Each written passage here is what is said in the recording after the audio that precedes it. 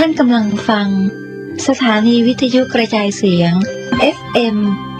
104.5 เมกะเฮิรตซ์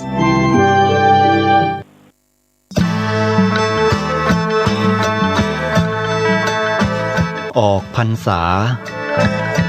ถวายผ้ากฐินทานสืบสารพุทธประเพณี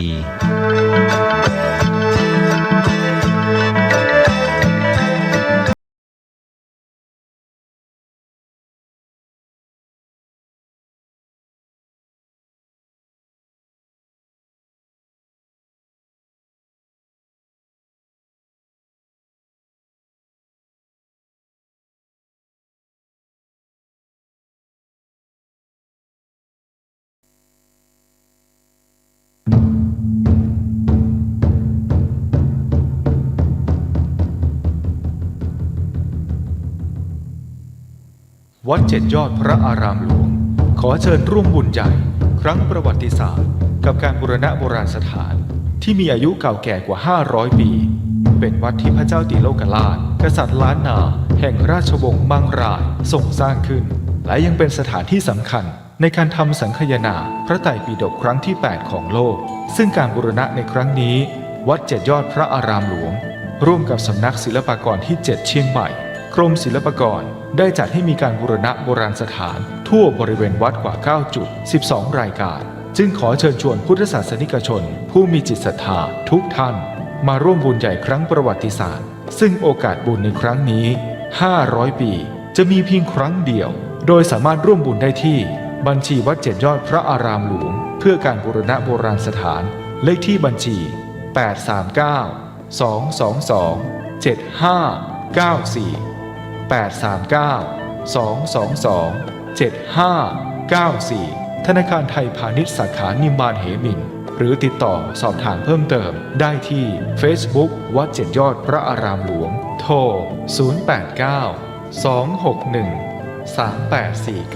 089-261-3849 และ 0878630155นมัสการเจ้าค่ะวิกฤตโควิด -19 จะมีหลักธรรมใดช่วยได้บ้างไหมเจ้าคะเจริญพรสมัยพุทธกาลเกิดเหตุโรคระบาดในเมืองไวสาลีพระพุทธเจ้าให้คณะสงฆ์สวดพระพุทธมนต์เพื่อความเป็นสิริมงคลของบ้านเมืองและให้ประชาชนมีสติเกิดปัญญารอดพ้นจากภัยพิบัติได้สถานการณ์นี้ทุกคนตระหนักแต่อย่าตื่นตระหนกคนไทยต้องมีสติเพื่อฝ่าวิกฤตโควิด -19 ไปด้วยกันท่านกำลังติดตามรับฟังสถานีวิทยุกระจายเสียงพระพุทธศาสนาแห่งชาติและสังคมคลื่นเพื่อการศึกษาพระพุทธศาสนาและวัฒนธรรมระบบ FM 104.5 เมกะเฮิรตซ์รายการต่อไปเป็นรายการคดีโลกคดีธรรม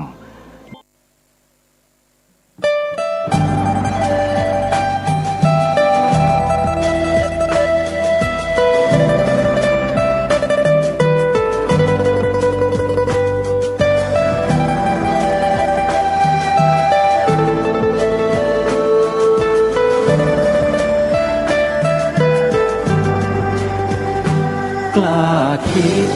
ก็ต้องกล้าทำอย่ากลัวถ้าทำความดี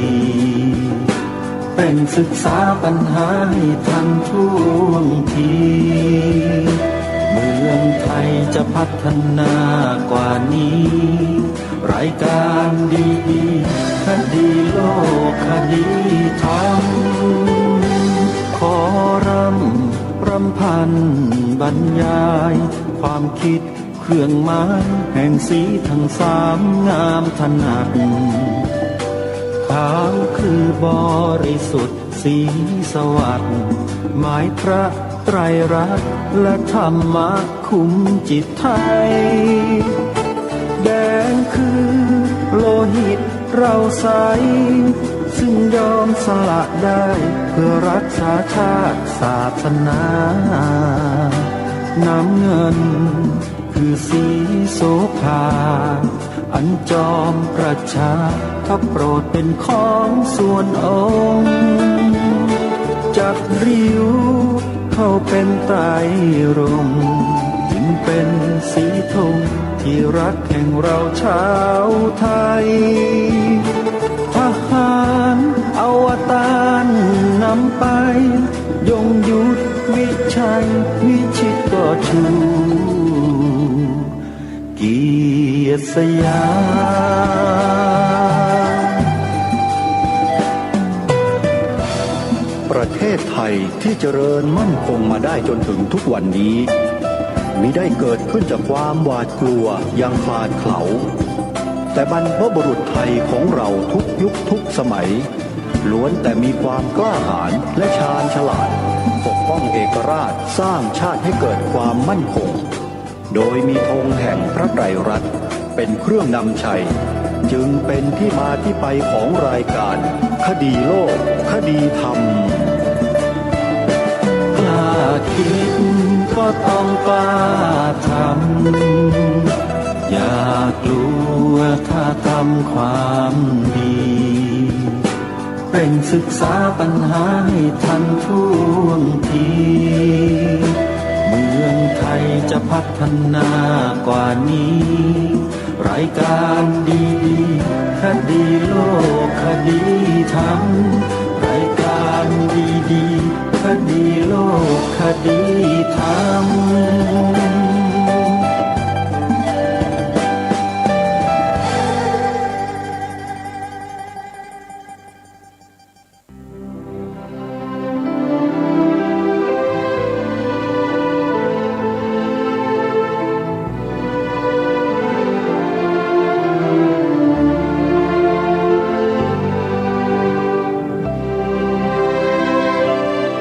ขอกราบถวายความนอบน้อมแด่พระรัตนตรัยถวายความเคารพพระมหาเถระพระเถรานุเถระทุกท่านขอความสุขความเจริญในธรรมจงบังเกิดมีแด่ท่านสาธุชนที่กำลังติดตามรับฟังรายการจากสถานีวิทยุแห่งนี้ทุกท่านขอนำท่านผู้ฟังเข้าสู่รายการคดีโลกคดีธรรม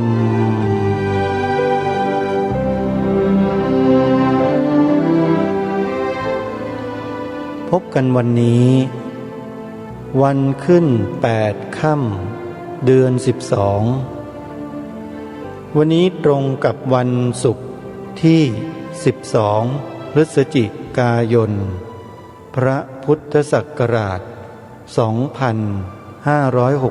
2564รายการคดีโลกคดีธรรมมาพบกับท่านผู้ฟังเป็นปกติทุกวันจันทร์ถึงวันศุกร์และวันเสาร์อาทิตย์ทางสถานีวิทยุแห่งนี้ท่านผู้ฟังสามารถดาวน์โหลดแอปพลิเคชันสมาพันธ์สื่อวิทยุพระพุทธศาสนาอาเซียนไว้ในโทรศัพท์เพื่อติดตามรับฟังรายการนี้ได้เป็นประจำทุกวันและท่านก็สามารถรับฟังได้ทุกพื้นที่ของโลกตลอด24ชั่วโมงจะมีธรรมะสาระที่ดีๆผ่านแอปพลิเคชันนี้ให้ท่านเปิดรับฟังได้ตลอด24ชั่วโมงใครบอกให้ผู้อื่นดาวน์โหลดผู้นั้นได้บุญรายการคดีโลกคดีธรรมในเบื้องต้นขอประชาสัมพันธ์เชิญชวนญาติโยมพุทธบริษัทร่วมทอดกฐินสามัคคีในวันที่13-14 พฤศจิกายนนี้ที่วัดอารามมงคลตำบลยางตลาดอำเภอยางตลาดจังหวัดกาฬสินธุ์และวันที่19 พฤศจิกายนวันสุดท้ายของปีขอเรียนเชิญทุกท่านเป็นเจ้าภาพทอดกฐินสามัคคีที่วัดสามชุกตำบลสามชุกอำเภอสามชุกจังหวัดสุพรรณบุรีสถานีโทรทัศน์ดีทีวีทอดกฐินที่วัดนี้ เรียนเชิญเจริญพรญาติโยมได้ร่วมกันเป็นเจ้าภาพดีทีวีจะถ่ายทอดสดกิจกรรมงานบุญกฐินครั้งนี้ตั้งแต่วันที่18พฤศจิกายนในช่วงตอนเย็นแล้วก็จะเริ่มกิจกรรมกันในช่วงเช้าช่วงค่ำของวันที่19จะมีการประกอบพิธีลอยกระทงท่านใดที่มีความสนใจจะไปร่วมงานก็ยินดีต้อนรับขอเรียนเชิญทุกท่านไปร่วมงานกันได้ถ้าหากไม่สะดวกที่จะเดินทางมาก็สามารถทำบุญเป็นเจ้าภาพกฐินออนไลน์ได้โดยการโทรศัพท์เพื่อร่วมบุญที่หมายเลข089-000-8462หมายเลขโทรศัพท์นี้เป็นหมายเลขของวัดสามชุก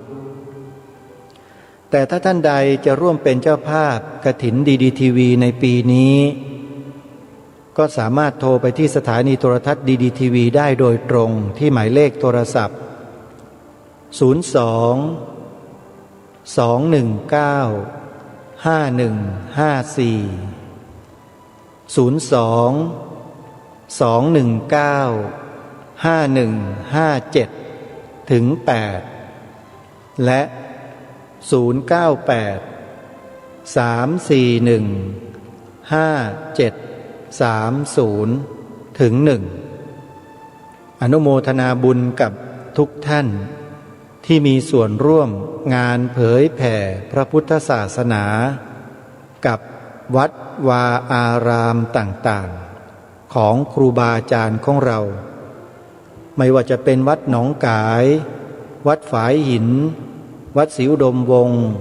วัดป่าจริยธรรมวัดอารามมงคล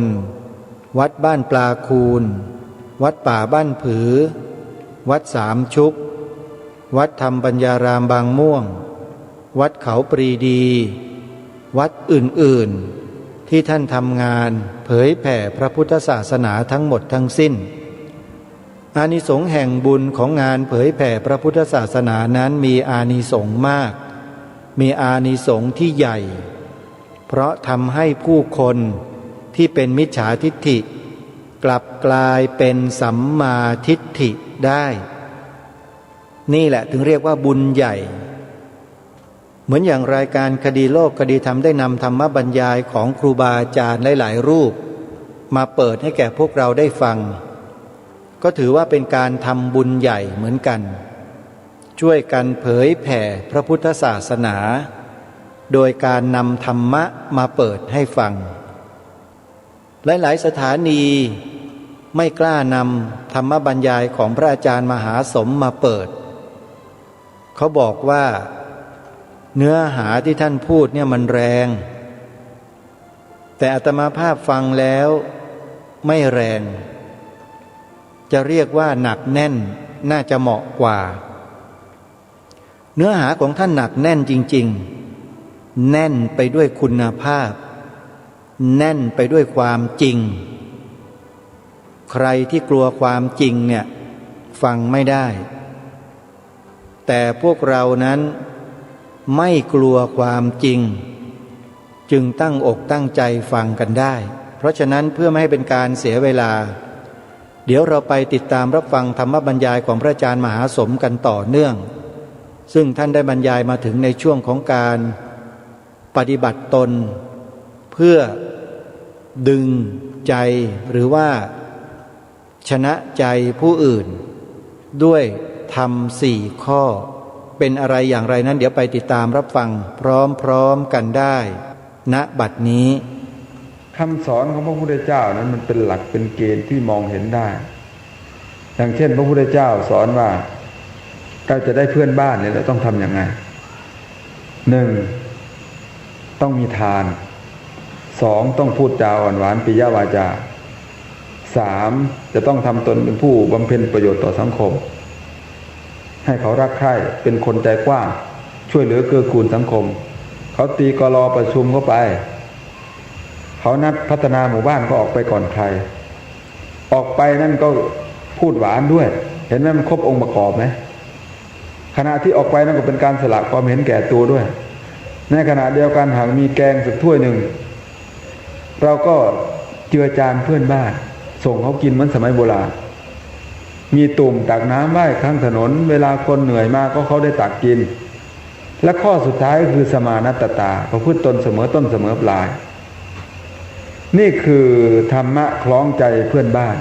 พระพุทธเจ้าสอนให้เห็นเป็นตัวโจ้งๆอย่างนี้แต่ถ้าคนเป็นมิจฉาทิฏฐิล่ะทำยังไงจึงจะให้มีเพื่อนโอ้ยต้องไปเอาหนวดหลวงพ่อองค์นั้นเด้อนั่นต้องเอาบักปลัดคิกไม้มารุมเด้อเอาละได้นั่นเอาละได้นั่นนั่นคือมิจฉาทิฏฐิคืออยากได้เพื่อนแต่ว่าไม่ทำองค์ประกอบที่ให้เพื่อนเกิดแต่ดันไปทำอีกอย่างหนึ่งอยากมีเงินอยากมีทองแทนที่จะขยันทำการทำงานก็ไปหาเอาไส้หน่อยๆมาห่อยอ่อนตอนไว้เพื่อนอยากได้เงินเมื่อวันที่16ที่ผ่านมาเมื่อวานนี่มั้งโทรศัพท์เข้ามาในเครื่องของผมพักหนึ่งผมก็ไม่มีโอกาสที่จะยกโทรศัพท์ขึ้นรับก็ปล่อยผ่านไปสักประมาณ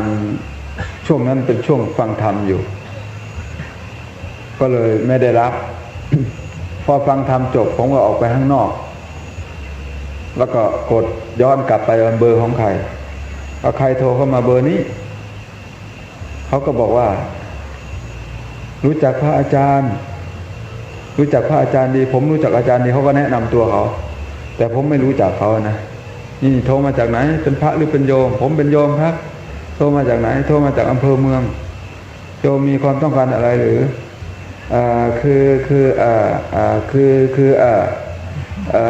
วันนี้วันที่16หลวงพ่อแฮ่วันที่16ครับแฮ่อยู่นั่นคือวันที่16คือคนจะขอหวยน่ะนะโอ้ยปอบทางเลยเขาก็เลยถ้าอย่างนั้นเดี๋ยวโยมอาตมากำลังติดธุระอยู่ก็เลยกดปิดไปเลยคือแกอยากได้เงินน่ะแกไม่ทำเหตุจะเอาเงินนะแกจะไปหาเอาเงินอีกจากเหตุหนึ่งซึ่งมันคนละเรื่องกันเลยพระพุทธเจ้าสอนให้ขยันสอนให้ลุกแต่เช้าแต่ดึกก็ไปทำสิ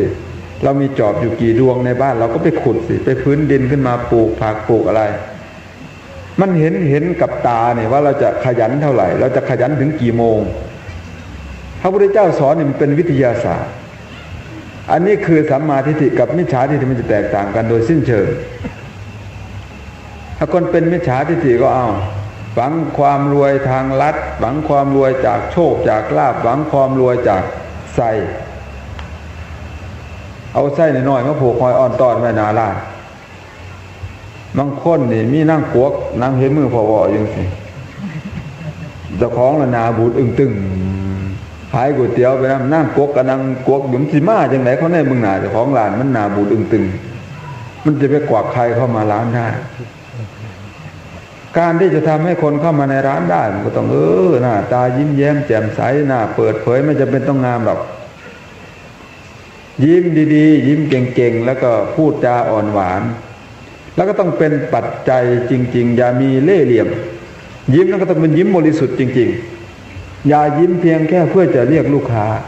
ต้องเป็นยิ้มเปิดเผยจริงออกมาจากก้นบึ้งของหัวใจ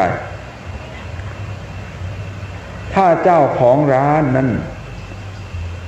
ทำได้อย่างนี้เขาก็จะเข้าไปในร้านพูดไพเราะอ่อนหวานราคาก็พอดูได้ในทางตรงกันข้ามถ้าเจ้าเกิดเจ้าของร้านอีกร้านตรงกันข้ามเรานั้นหน้าตาสะสวยแต่ว่าโอ้ยนาบูดลูกค้าไปยืนตั้งนานแล้วแทนที่จะมาถามแทนที่จะหันหน้ามาถามว่ากรุณาเราสักนิดนะคะรอสักนิดนึงเขาก็จะทนยืนรอแต่นี่ยืนอยู่นั่นแหละทำเป็นขายของเฉยทำเป็นผู้ไม่ว่าเนี่ยมันก็เลยไม่เป็นเหตุเป็นปัจจัยที่พระผู้มีพระภาคท่านบอกไว้ถ้าเขาไปคิวเขาไปรอคิวนานเกินไป เขาดูแล้วว่าถ้าจะไม่ได้กินเขาคงจะไปร้านอื่นนั่นก็เป็นอีกอย่างหนึ่งแต่ถ้าเขาหนีเพราะหน้าระบุระบึ้งแสดงว่านั่นคือเหตุมิจฉาทิฏฐิทีนี้พอถ้านางกวักไม่ทำหน้าที่กุมารทองก็ไม่ทำหน้าที่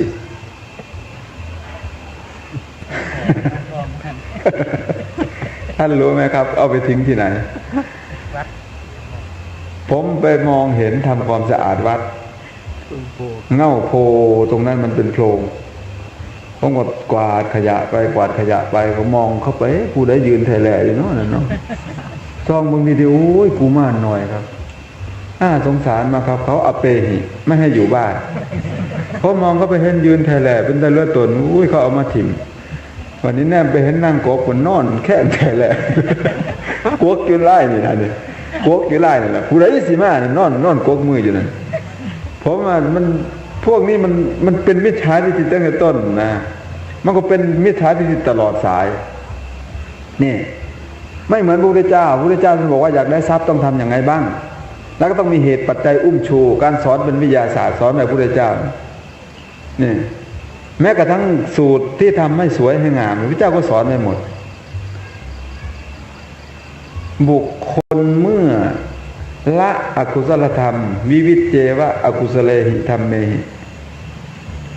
เมื่ออกุศลธรรมเหล่านั้นระงับลงบุคคลนั้นจะได้อะไรบ้างได้ความสุขได้ปิติเกิดขึ้นที่เราสวดกันนะที่พระพุทธเจ้าลำดับการขั้นตอนการเข้าสมาธิทุกขั้นทุกตอนไว้จิตใจของเขาก็ดีร่างกายของเขาก็ดีจะถูกท่วมทับจะเอิบอิ่มไปสัมพันธ์กันผิวพรรณของเขาจะผุดผ่องเนี่ยพระพุทธเจ้าไม่ได้บอกว่าถ้าอยากผุดผ่องต้องใช้ครีมต้องใช้อะไรบ้างต้องใช้เครื่องสำอางอะไรบ้างพระองค์ไม่ได้บอกอย่างนั้นแต่บุคคลผู้มีธรรมเนี่ยโดยเฉพาะพระสัมมาสัมพุทธเจ้าเนี่ยพระองค์ทรงตรัสไว้ถึงแสงที่เรียกว่าแสงธรรมที่ออกมาจากเสียรพระองค์เนี่ยต้องทำอย่างไรดูก่อนอานนท์ในสมัยใดที่ตถาคตตั้งกายไว้ที่จิตหรือตั้งจิตไว้ที่กายยัตสมิงโค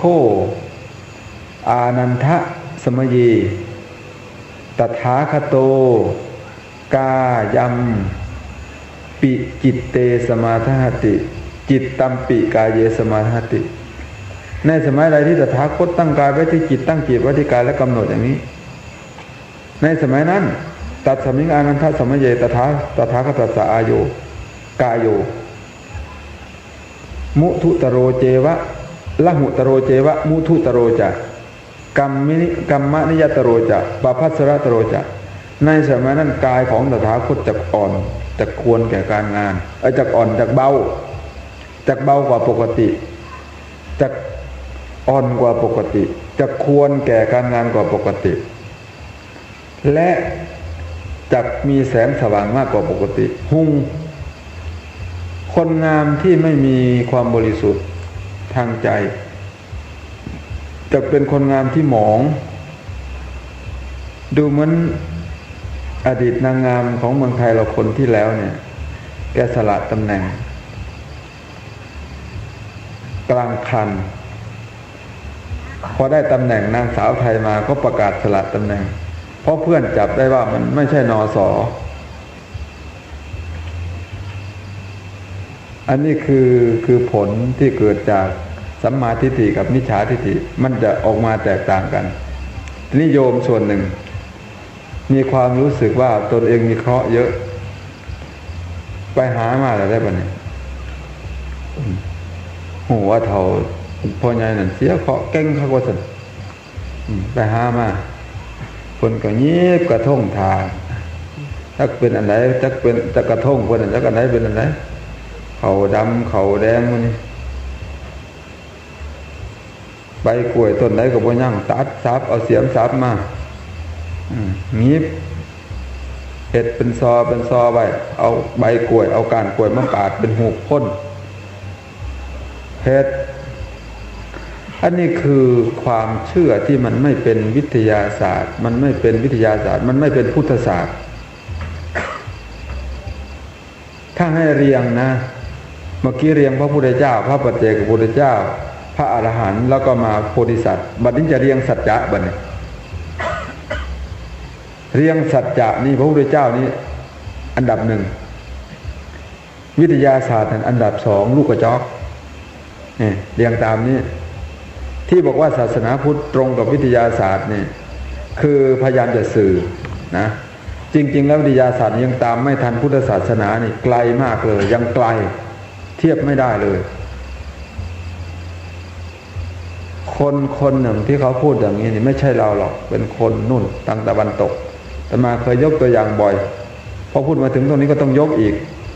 ให้เกิดความสมบูรณ์ในเนื้อหาท่านบอกว่า it talk up where science cannot reach because of the limitations of the later instruments its conquest arose of the mind พุทธศาสนาได้พูดถึงสิ่งที่วิทยาศาสตร์นำไปไม่ได้ Science cannot reach because of the limitations เพราะขาดเครื่องมือทางวิทยาศาสตร์มันไม่มีเครื่องมือ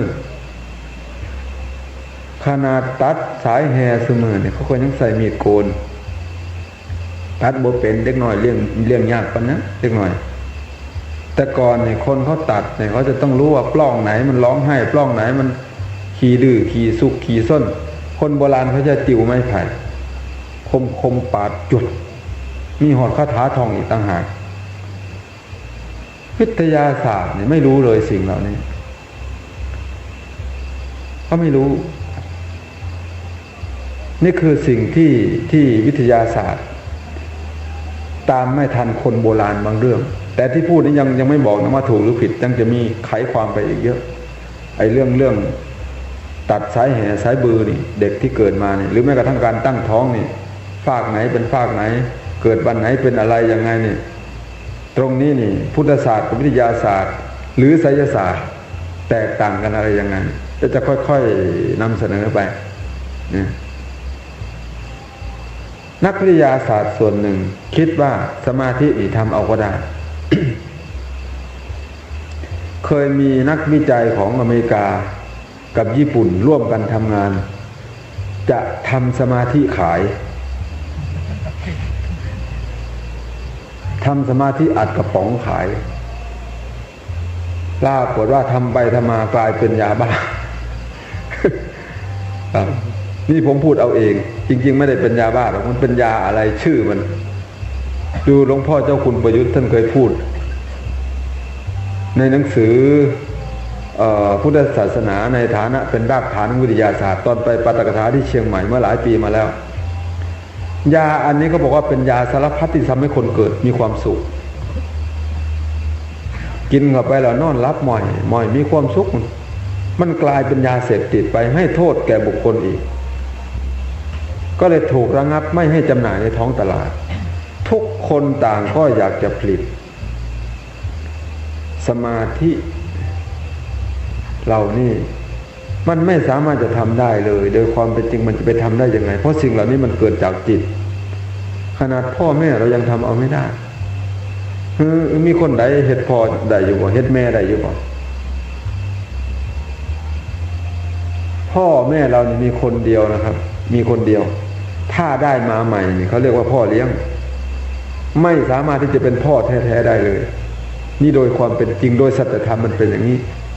แม่ก็มีคนเดียวเหมือนกันถ้าได้แม่มาเป็นคนที่สองเนี่ยแม่คนนั้นต้องเป็นแม่เลี้ยงนี่พ่อกับแม่เนี่ยผิดไม่ได้นะครับไม่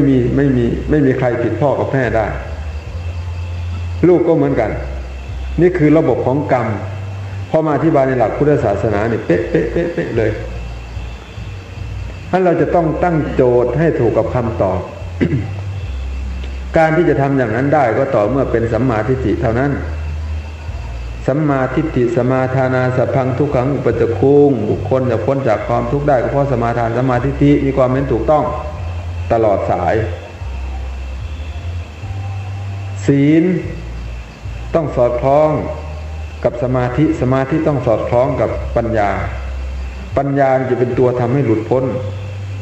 ปัญญาในที่นี้คือสัมมาทิฏฐิตัวเมื่อกี้นี่เองนะ นี่เราในฐานะชาวพุทธปัจจุบันมีความลุ่มหลงกันไปไกลมากบางทีเป็นพระสงฆ์องค์เจ้าเองแท้ๆนี่ก็มอมเมาพิธีกรรมแก่ญาติโยมผมว่าโยมลืมบางสิ่งบางอย่างท่านอย่าไปถามหาบางองค์ขึ้นไปถามหาเราเลยใส่เรากองทรายอยู่ใส่เราเพิ่นสิเป็นอุปชาบวชกองทรายได้ป่ะเนี่ย อุปชาแบบนี้ไม่ได้รับพัดหรอกครับคือเป็นอุปชาเองนะบวชกองทรายเอาคนเด้อขอสิบวชกองทรายเด้อเพิ่นน่ะเพิ่นทำทาไปยินหลอกจับอยู่ดอก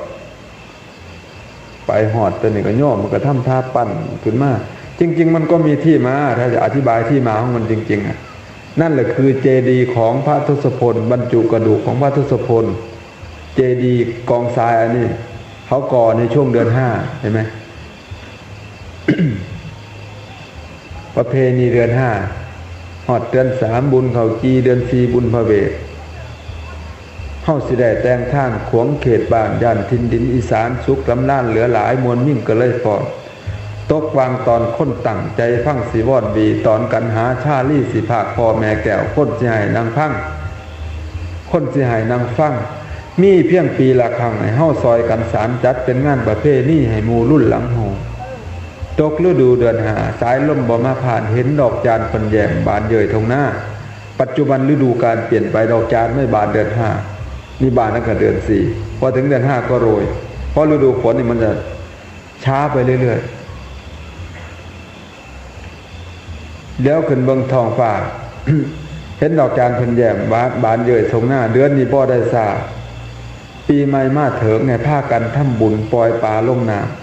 เต่าสิถามหาผุ่นค้นใจบุญสิมาปล่อยนกสิง่อยงาใหม่ค่อยถ่าตั้งแต่ฝนเดือนนี้มวนจนค้นกำลังมาหลายหาเอาทรายมากองก่อเจดีย์ไว้ฮอดเดือน 6เสียงฝ่าไขประตูห้องบอกข่าวเมืองคนมีแต่ฝนกับลมทรงเสียงกึกก้องสายตามองเห็นแล้วในใจกระหังมวลเขียดอีโมล่ำเกี่ยวใส่ผู้สาวเห็นปลาขาวปลาสิวปลานิ่นปลากระเดิดแล่นหยอกล้อกันเล่นหลากหลายปลาพี่อ้ายปลาบูปลาตองอยู่ในหนองในบึงพดว่าหลายเหลือล้นอันปลาพี่อ้ายมันคือปลาบูโพโวขึ้นมาน่ะสาวเพิ่นอยู่ทั้งเหือบูเพิ่นเขาก็เลยเอิ้นปลาพี่อ้ายน่ะสาวก็จังแม่นปัญญาอ่อนปัญญานี่ปลาบูบ่พี่อ้ายปลาบูบ่เพิ่นน่ะธรรมชาติยังพี่อ้ายเห็นปลาบูคนสมัยก่อนเขานุ่งสินเด้ผ่านไปคนนี้มันเพ้อโพดท่านไม่ต้องลุ้นผมไม่พูดหรอกอยู่ในหนองในบึงโพดว่าหลายเหลือล้นอันนี้คือที่มาของกองทรายก็คือเขาก่อเจดีย์ทรายในเดือน 5นะคือเป็นที่เอากระดูกของพระพุทธเจ้านามว่าทศพลฝังไว้ตรงนั้นแล้วทีนี้เขาก็ไปเดินเวียนเทียนรอบเคารพพระทศพลพระพุทธเจ้ายังเมื่อพระเจ้าพิมพิสารนี่ก็ใส่รองเท้าเข้าไปตรงนั้นแหละที่เขาเวียนเทียนที่สถานที่เคารพด้วยวิบากกรรมอันนี้พระเจ้าพิมพิสารจึงมาได้รับวิบากกรรมถูกโอรสของพระองค์คือพระเจ้าอาชาติศัตรูนั้นเอามีดโกนนี่ไปตัดเอาฝ่าพระบาทออกไปแถออกตัดออกคือไม่ให้เดินจงกรมได้อีกพระเจ้าพิมพิสารยังตายอยู่ในคุกทางเข้าภูเขาทางที่จะเข้ากรุงราชคฤห์อันนี้ก็วิบากกรรมมาดังนั้นปัจจุบันเขาจึงห้ามให้โยมใส่บาตรเข้าไปในสถานที่เคารพหรือแม้กระทั่งจะใส่บาตรเขาก็ต้องให้ถอดรองเท้าออกก่อน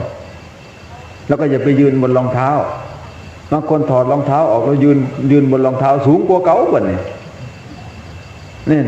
นี่คือความหมายนะอย่ายืนสูงกว่าพระสงฆ์และอย่าใส่เข้าไปในสถานที่ที่เคารพเวลาเราไปในเจดีย์ใหญ่ๆนี่เขาจะห้ามในประเทศอินเดียนี่ห้ามทุกแห่งเลยเป็นพุทธสถานก็ตามเป็นพราหมณสถานก็ตามสถานที่ของพราหมณ์ก็ห้ามเหมือนกันค่อนข้างจะเป็นสากลเจดีย์ชเวดากองที่พม่านี่สมเด็จพระเทพพระองค์เสด็จไปเขาไม่ได้ยกเว้นนะเป็นเจ้าฟ้ามหากษัตริย์ไปที่นั่นต้องถอด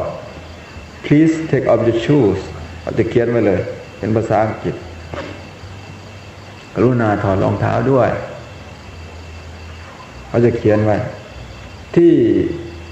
พระธาตุพนมเจดีย์พระธาตุพนมนี่ก็เหมือนกันที่นครปฐมก็เหมือนกันเขาจะเขียนไว้เจดีย์อันนี้มันมีความสัมพันธ์อย่างนั้นมันมีความสำคัญอย่างนั้นเราก็ไม่รู้ความหมายบ่ฮู้อีตาอีเตวออกไปหอดเดี๋ยวเขาสิไปบวชกองทรายก่อนเพิ่นว่าพระนั่นเด้เพิ่นทำทาถืออันแนวสิทธิ์น้ำมนต์น่ะนะจักเฮ็ดป่ามันยังมุมบิมโยมบ่ฮู้นำตัวลูกเดียวนี่คือปัญหาในเรื่องสัมมาทิฏฐิหรือมิจฉาทิฏฐิอันตอนบวชก็บ่คักสำตอนศึกเด้อบัดนี้เพิ่นสิศึกกองทรายเพิ่นนั่นนั่งย่องคือหยังคือดอกบัดนี้ล่าวได้สายศีลมาทำท่าเฮ็ดจิกจักโอ้ยเดี๋ยวมันตัวโยมครับโยมไม่รู้อยู่แล้วก็ให้มันข้ามพ้นไปคือบางสิ่งบางอย่างโยมลืมไปก็ทำเป็นลืมไปซะอย่าไปถามหาบางองค์ขึ้นไปหอดไปถามหาได้ทำท่าถามหานั่นอันนี้บ่มีนะเพิ่นทำเป็นผู้หูนะโยมเขาคุยยึดติดทั้งปีเลยครับแบบนั้นยึดติดตายเลยแบบนั้นเราต้องช่วยกันตรงนี้พระสงฆ์องค์พระเจ้าเราต้องช่วยกันพยายามสงเคราะห์โยมสงสารโยมแต่สิไปซ้ำเติมโยมบ่ฮู้เรื่องอยู่เลยแฮงไปเฮ็ดให้เขาบ่ฮู้เรื่องเต็กไปเลยอันนี้นี่ปัญหาตรงนี้ทำไมผมจึงเอาพระเป็นโจทย์ก็เพราะว่าพระได้อยู่ใกล้พระพุทธเจ้ากว่าได้ศึกษาพระไตรปิฎกได้เล่าเรียนโยมน่ะเขายังกอดลูกกอดผัวกอดลูกกอดเมียยังต้องทำการงานยังต้องสัมภาระคับแคบยังไม่ได้ศึกษาพระไตรปิฎกยังไม่ได้ศึกษาคำสอนเท่าที่ควรเมื่อโยมไม่ได้ศึกษาเราในฐานะเป็นผู้มีโอกาสเราก็สมควรที่จะสั่งสอนโยมดังนั้นถ้าโยมทำเป็นลืมไปอย่างได้สายศีลอย่างนี้ถ้าโยมลืมไปให้ท่านนั่งเฉยเลยนั่งเฉยเลยท่านเป็นโมโหต่อไปได้มันก็หายไปเองวัดผมนี่วันพระวันอะไรเขาก็ไม่ได้ใช้นะครับน้ำมนต์เวลาเขาจะทำบุญที่บ้านเขาจะถามหาขันน้ำมนต์เขาก็เอาขันน้ำมนต์ขึ้นไปผมก็โหดแต่ถ้าไม่ถามผมก็จะนั่งเฉยทำเป็นลืมทั้งดีอันของมูนี่ผมไม่นั่นแต่ว่าถ้าโยมไม่ลืมผมก็ทำเป็นห่อหมกดามไปคือไม่หักช้าด้วยเข่านะผมจะพยายามอนุโลมบางสิ่งบางอย่างนิดๆหน่อยๆนี่การสมาทานมิจฉาทิฏฐิมันเย่นเยอะอย่างนี้พิธีกรรมมันก็ทำให้ทะเลาะกันได้บางสิ่งบางอย่างเราก็เจ็บปวดพอสมควรนะเป็นพระเนี่ยเพราะถ้ารู้คำสอนพระเจ้าแล้วมันจะไม่เป็นลักษณะนั้นอย่างเช่นงานปัจจุบันเนี่ยเราจะมีอบายมุขทั้งหมดนี่ล้วนแต่มาจากมิจฉาทิฏฐิทั้งหมดสมัยก่อนเนี่ยแต่ผมมาอยู่ที่นี่ผมก็ห้ามในเรื่องกวดเหล้าเอาเหล้าไปหยาดกับพี่กับน้องกับผีที่ล่วงลับไปเนี่ยผมห้ามนะครับแต่ก่อนไม่มีใครพูดเลยเรื่องนี้พอผมมาอยู่ที่นี่ผมก็บอกเพราะสงสารโยมอยากให้โยมได้บุญอยากให้ทำบาปอย่างนั้นคือกินแต่พวกตัวเองก็ยังไม่พอที่นี่มาเอาเหล้ามากวดให้วิญญาณพ่อแม่อีกโอ้ยหนักเลยทีนี้นอกจากจะไม่ได้บุญแล้วได้บาปแต่บาปตืมนั่นน่ะผมให้จันจำลองเขียนไว้ในป้ายท่านไปอ่านเล่าสาโทหาได้ง่ายแต่พุทโธหาได้ยากอย่างนี้พุทโธนี่สัมมาทิฏฐินะครับไอ้อุสาโทเนี่ยมันเป็นมิจฉาทิฏฐินั่นแหละก็แนวคิดเห็นป้ายคำในป้ายต่างๆนี้ท่านเห็นในตรงนี้พระแท้ดีกว่าพระโจรแท้ดีกว่าพระปลอมนี่ก็ความคิดของผมนั่นแหละ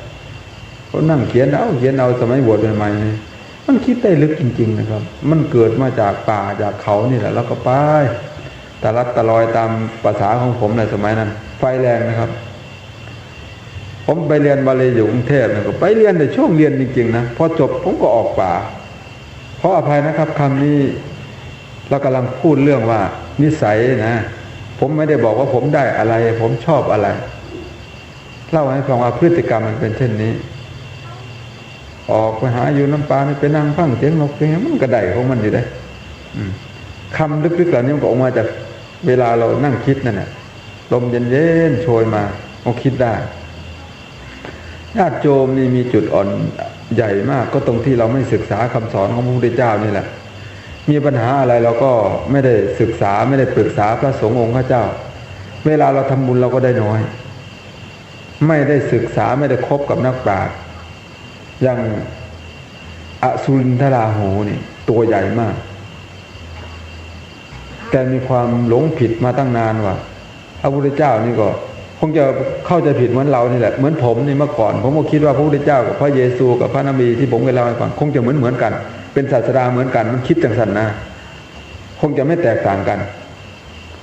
อสุรินทราหูก็คิดเหมือนกันเทวดาที่เขาเป็นสัมมาทิฏฐิเขาชวนแกมาไปเฝ้าพระพุทธเจ้าเถอะไปเฝ้าพระพุทธเจ้าด้วยกันเถอะเฮ้ยสิไปจากไหนพุ่นนะพระพุทธเจ้าโตซ้ำหินพุ่นว่าเฮาตัวบักไงขาดไปกลมซองเบิ่งเหล่าพุ่นนะโสหังอุดโจสมิพระขวันตังโอเนตมาโอเนตวาโอโลเกตุงณสักกิสามิข้าพเจ้าไม่อาจที่จะไปน้อมก้มส่องพระผู้มีพระภาคดอกพุ่นนะเพิ่นคุยโว้นะเฮาสูงแห้งใหญ่แห้งพุ่นนะคุยโว้อยู่หูเขาก็ไปแต่นะสิหัวไผเป็นไผเพิ่นก็เลยมาเพิ่นยางยกไกลมาบอกนี่ซ้ำภูเขานี่อสุรินทราหูคอยก็บ่เห็นดอกก็เว้ามาน้ำเขาน่ะเพิ่นก็ยางเจิมเพิ่มมาเห็นตั้งแต่ภูเขาหน่วยบักใหญ่กลัวเพิ่นจึงพึ่งอยู่ใช่ล่ะพระพุทธเจ้าอยู่ไสล่ะพุ่นน่ะนี่แล้วนี่โอ้ยมันวัดแต่ภูเขาพระพุทธเจ้าตัวนี้พระพุทธเจ้าท่านใช้อิทธาภิสังขารทรมานอสุรินทราหูโอ้ยกลมกราบตัสสะนะโมตัสสะประวัติความเป็นมาของนะโมวันนี้ไม่พูดหรอกนั่นเพิ่นว่าแต่บ่มี4หรอกว่านั่น4บ่แม่นตัวนั้นเพ่งดอกตัวนี้มีแต่นั่นซื่อๆว่าซั่นโอ้มันคักมันใหญ่กว่าเพิ่นน่ะนะพระพุทธเจ้าทรงบันดาลพระองค์หรือใช้อิทธาภิสังขารทำให้เป็นตัวใหญ่มากสีลดทิฏฐิมานะยักษ์อสุรินทราหูนี่นะอสุรินทราหูนี่ก็คิดว่าแกใหญ่ที่สุดนะในเทวโลกไม่มีใครเก่งใหญ่เท่าแกพระพุทธเจ้าเลยเนี่ยละมิตร่างกายบอกนี่นอนอยู่ใหญ่กว่าเพิ่นหลังจากนั้นแกจึงสมาทานสัมมาทิฏฐิได้เราไม่ได้คบนักปราชญ์เราไม่ได้ปรึกษาบัณฑิตการทำอะไรต่างๆเราจึงมีความเห็นผิดอยู่มากเอเกนะปันดิเตนะมันตยิตวาปรึกษาบัณฑิตสักคนหนึ่งการทำบุญของโยมจึงจะได้ผลมากเอวังหิตังปุญญังมหาพลังโหติให้ปรึกษากับบัณฑิตหากไม่ปรึกษากับบัณฑิตไม่เข้าไปสอบถามไม่เข้าไปถามท่านว่าอันนี้จะทำยังไงผมเช็ดบุญแม่เสียจังไหนนี่มาถามมึงเป็นยังอาตมาอยู่ที่นี่นี่โยมไม่เคยถามเลยส่วนมากจะมัดมือชกนี่ขนาดว่าผมอยู่ตรงนี้นะครับยังแก้ได้ยากขนาดนี้ถ้าองค์อื่นนะจะเป็นยังไงผมมาหัวเขาสิมาลายขาพร้อมหมดแล้วขนาดว่าเขาสอนจนปานนี่ก็ยังซ้ำนี่มันเถอะไทยบาทเขาอะแต่ทุกวันนี้ก็ได้รับแรงตอบสนองดีทั้งโคกวัดก็ดีบ้านหลุนก็ดีนี่ใกล้ๆแท้นี่ผมไม่สามารถทานศีลเอาเองใหม่ๆกับพ่อสมควรอยู่เลยอย่างนี่พี่น้องทางตะเคียนนี่บางคนก็ยังบอกว่าโอ้พระบ้านวัดเป็นให้ศีลบ่ได้ว่าซั่นยังมีนะเดี๋ยวนี้ก็ยังมีอยู่ ไม่ได้พูดได้ว่าตนเองสมาธิไม่เป็นสมาทานศีลไม่เป็นเพิ่นว่าเฮาสิได้ให้ศีลบ่ได้บ่ตูเจ้าของจักเม็ดว่าเว้าศีลหาบ่ได้คือเป็นหน้าที่ของตนเองพระเพิ่นสิไปเอาหยังศีลหาศีลน้องเพิ่น 12,000 ข้อที่เขาย่อออกมาเป็นโอวาทปาติโมกข์227ข้อจนป่านนี้แล้วยังว่าตามพระอยู่นะนี่ 2,500 กว่าปีมาแล้วเนี่ยยังหมดน้ำก้นพระเฮ้ยตุ๋ยอยู่กันเถอะกินเองบ่ทันได้นี่ไม่ป้อนอยู่กันเถอะเหตุผลอีกเหตุผลหนึ่งที่มักยกมาค้านก็คือบอกว่าโอ้ยพระผู้ใหญ่อยู่ระดับประเทศเขายังให้อยู่นั่นเด้เพิ่นบัดเจ้าของนี่ใหญ่ยิ่งใหญ่ซำใดจังสิมาบ่ให้ศีลโยมขนาดเจ้าคณะจังหวัดเพิ่นก็ให้เจ้าคณะภาคเพิ่นไงสมเด็จสังฆราชเขาก็ให้นี่ยกมาอ้างผมก็เลยยันคืนกลับไปว่าเพราะนั้นท่านไม่แก้ไข อย่างสมเด็จสังฆราชพระองค์ก็ยังไม่แก้ไขบางสิ่งบางอย่างพระผู้ใหญ่ก็ยังล่องลอยไปตามสังคมอยู่ถ้าแก้ไขจริงๆมันก็แก้ได้ถ้าเราร่วมกันบางสิ่งบางอย่างให้พระผู้น้อยพูดนี่มันเจ็บปวดนะครับคือแทนที่ผู้ใหญ่พระองค์จะทรงตัดเพียงคำเดียวเท่านั้นเรื่องมันก็จบลงแต่ไม่ตรัสปล่อยให้พวกเราพระผู้น้อยเนี่ยแก้กันเองมันก็เลยต้องทุกข์ต้องนานต้องยากอย่างนี้บางสิ่งบางอย่างเพียงแค่ผู้ใหญ่ออกมาพูดออกอากาศออกโทรทัศน์เพียงวันเดียวเท่านั้นมันก็จบท่านก็ไม่ยอมแก้ไขปัญหามันก็เลยคาราคาซังอย่างนี้ที่พูดถึงปฏิสัมพันธ์ระหว่างกันกับพระกับโยมควบไปตลอดคงจะพูดเรื่องเดียวนี้จนจบคืนนี้เพื่อให้ได้ประโยชน์ทั้งสองฝ่ายร่วมกันธรรมะแนวนี้หรือว่าพูดถึงเรื่องปฏิสัมพันธ์ระหว่างนักบวชกับฆราวาสโดยเฉพาะพุทธศาสนาเราเนี่ยมันมีเรื่องเยอะเหลือเกินปัญหาเกิดขึ้นในสังคมนี้มากบางหมู่บ้านนี่จะฝังลูกนิมิตตอนนี้กำลังจะฝังลูกนิมิตนะครับประชุมกันผู้เป็นเจ้าอาวาสเองนี่เป็นคนพูดไม่ใช่โยมนะเจ้าอาวาสเองนี่เป็นคนพูดบอกว่าเอ้ยฝังลูกนิมิตบ้านเฮานี่จะให้มันแผ่บ้านอื่นเพิ่นเด้อบ้านอื่นมันขางัวขาหมู15-16โตพุ่นเด้ว่าซั่นว่าขางัว15โตขาหมู15โตใหญ่แผ่บ้านอื่นเพิ่นได้ว่าซั่นเจ้าอาวาสว่านะผมก็เลยเข้าใจเอาเองว่าแสดงว่าคนนี่สิขา17-18หมายว่าจะให้แผ่บ้านอื่นหมายว่าสิขาหลายกว่านะจะฝังลูกนิมิตครับจริงๆการฝังลูกนิมิตเป็นพิธีกรรมของสงฆ์ไม่เกี่ยวกับโยมเลยเป็นเรื่องของวินัยกรรมแต่ปัจจุบันนี้เอาเรื่องเหล่านี้มาเป็นจุดขายเอาหินใส่รถแห่เข้ามาให้เขาปิดทองแล้วก็หามหรสพมาให้คนเข้าไปเที่ยววัดเยอะๆหวังจะเอาเงินเอาทองสิ่งเหล่านี้เป็นมิจฉาทิฏฐิทั้งหมดคือเป็นความเห็นผิดไม่ถูกต้องเป็นบาปน่าสงสารพระพุทธเจ้ามากไปตัดนิมิตลูกเอกอยู่ในกลางโบสถ์นะมันไม่มีหรอกนิมิตลูกนี้ไม่มีในวินัยไม่มีนะนิมิตมันก็มีอยู่รอบโบสถ์เท่านั้นในโบสถ์ไม่มีแต่เดี๋ยวนี้เอาลูกกลางโบสถ์นั่นแหละเป็นลูกเอกด้วยซ้ำลูกเอกนั่นต้องแพงด้วยนั่นน่ะต้องเอารัฐมนตรีช่วยต้องเอานายกต้องเอาผู้มีบุญหนักศักดิ์ใหญ่มาตัดซุ่มนึงก็จ้องอยู่สิจ้องทะญาติหวายมันสิเอาหวายซุ่มนึงก็สิจ้องทะญาติพายโอ้ยผมว่าขั้นตอนทุกขั้นมันไม่ได้มีในคำสอนพุทธศาสนาเลยที่พูดมาทั้งหมดนี่ไม่มีเลยพิธีกรรมการฝังลูกนิมิตจะฝังหรือไม่ฝังก็ได้อย่างของผมนี่ผมมาค้างไว้ให้มองเห็นนิมิตก็มี8ประการใช่ไหมนิมิตก็แปลว่าเครื่องหมายบอกว่านี่คือเขตสีมาแปลว่าเขตนิมิตแปลว่าเครื่องหมายว่าเขตนี้สงฆ์จะทำสังฆกรรมกันเพราะถ้าเอามากกว่านี้เป็นมหาสีมาเนี่ยมันจะลำบากก็เลยกำหนดเอาน้อยๆนี่แหละเวลาทำสังฆกรรมก็จะได้พระส่วนหนึ่งก็จะได้ไปหาทำการทำงานลดต้นไม้ไปปฏิสันถานโยมไปส่วนที่อยู่ในเขตสีมาก็ทำสังฆกรรมกันไปถ้าทำเป็นมหาสีมาปั๊บนี่พระทุกรูปต้องเข้ารวมหมดนั่นคืออุปสรรคเขาก็เลยกำหนดเอาแค่นั้นน่ะใกล้ๆโบสถ์นั่นว่าเดียวนั่นจึงเป็นสีมาหรือเป็นนิมิตและพระท่านก็สวดเองมันมีคำสวดคำถอนทั้งหมดสมมุติขึ้นมาเพื่อทำสังฆกรรมเป็นประโยชน์ของสงฆ์ปัจจุบันนี้กลับเอามาเป็นเครื่องมือของการหาเงินหาทองงานฝังลูกนิมิตผูกอภัตสีมาโมเมนต์ผูกภัตสีมานะผูกอภัตสีมาภัตสีมาแปลว่าสีมาผูกแล้วจะไปผูกอะไรอีกล่ะมันต้องบอกว่างานผูกอภัตสีมาคืองานผูกสีมาที่ยังไม่ได้ผูกสีมาผูกแล้วจะไปผูกซ้ำอะไรอีกแม้คำพูดเบื้องต้นก็ยังไม่ถูกแล้วนี่คือสิ่งที่เราไม่รู้เรื่องวินัยพอเอามาเป็นเครื่องมือในการหาเงินหาทองก็มีผู้มาประมูลบอกว่ามากราบหลวงพ่อ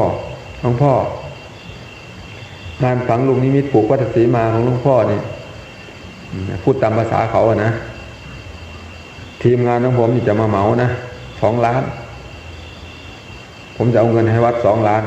แต่ทุกอย่างพวกผมจะจัดเองหมด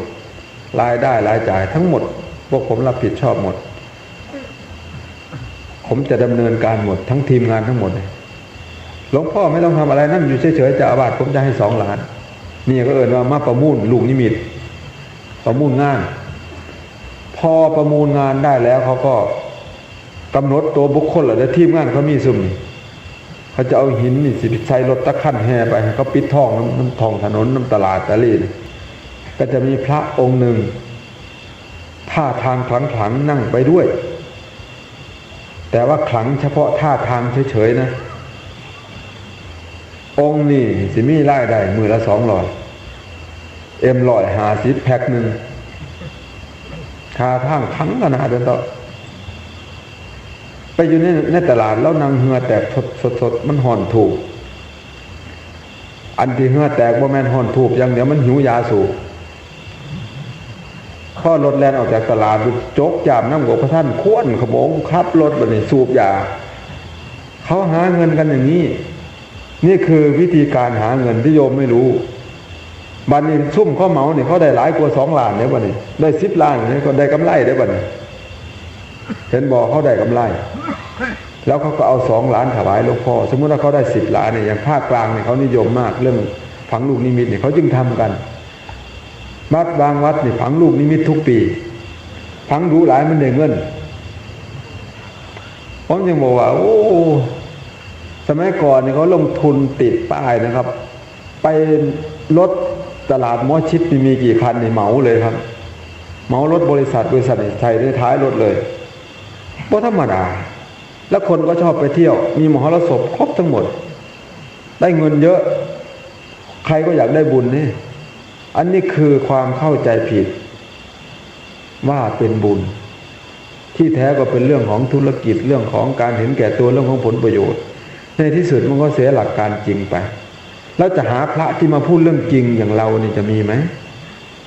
มีไผสิกามาบอกน้อมมาเฮ็ดต่างๆนั้นบ่ถือ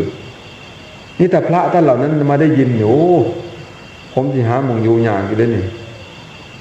ลำบากครับทุกวันการเผยแผ่สิ่งที่ถูกต้องนี่มันบางทีต้องทนแรงเสียดทานพอสมควรผมเคยคิดว่าจะไม่พูดแต่ถ้าไม่พูดโยมก็ไม่รู้ความจริงเลือก